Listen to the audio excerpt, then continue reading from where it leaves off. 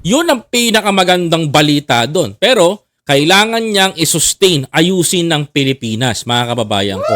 Paano natin maaayos ang Pilipinas kung tayo ng mga politiko na nakaupo ngayon?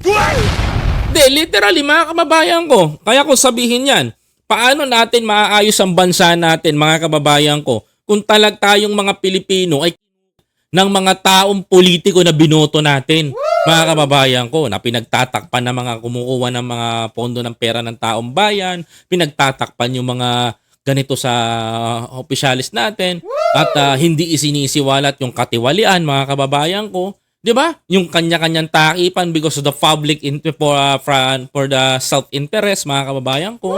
Yan yung mga mahirap tibagin sa bansa natin. Tapos yung constitution natin, bulok na, mga kababayan, 'di ba?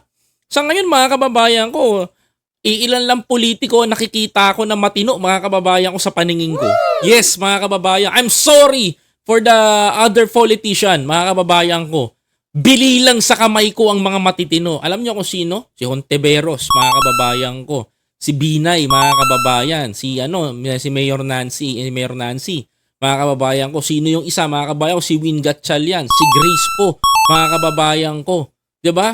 Si Senator Risa Hontiveros, yung 5, tsaka si Presidente Bongbong Marcos, mga kapatid. At yung isa sa mga sekretary na pinagkakatiwalaan ko na si Mel Robles, mga kababayan, yan lang ang nakikita kong malinis ang kamay sa Pilipinas na opisyal. Bakit, mga kababayan ko? The rest ang tingin ko trapo.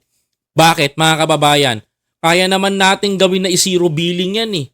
Hindi magawa-gawa, mga kababayan ko. Bakit? Pag siniro billing natin tong ginamit natin tong PhilHealth sa mga ospital at siniro billing tayo, mawawalan ng extra income yung mga politikong buhaya na nakaposisyon ngayon.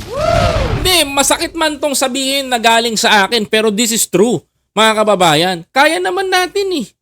Mga kababayan ko eh, for the sake of the Filipino people, kaya natin gawin na i-zero billing yan. Kaso ang problema, mga kababayan ko, we need to construct and build a new government para sa akin. Paano ko masasabi yon? Bakit ko sinabing we need to build a new government, mga kababayan ko? Bakit? Kasi kailangan natin palitan yung constitution natin. Bulok! Diba? Si PBBM advance ang utak, mga kababayan ko, for the Filipino. Habang yung mga politiko dito, traditional lang nangyayari. Sa totoo lang, mga kababayan, tingnan nyo, napag-iiwanan tayo sa Asia, mga kapatid. Napag-iiwanan tayo sa ibang bansa. Bakit tayo napag-iiwanan? Bakit? Kasi most of the politicians here in the Philippines was corrupt.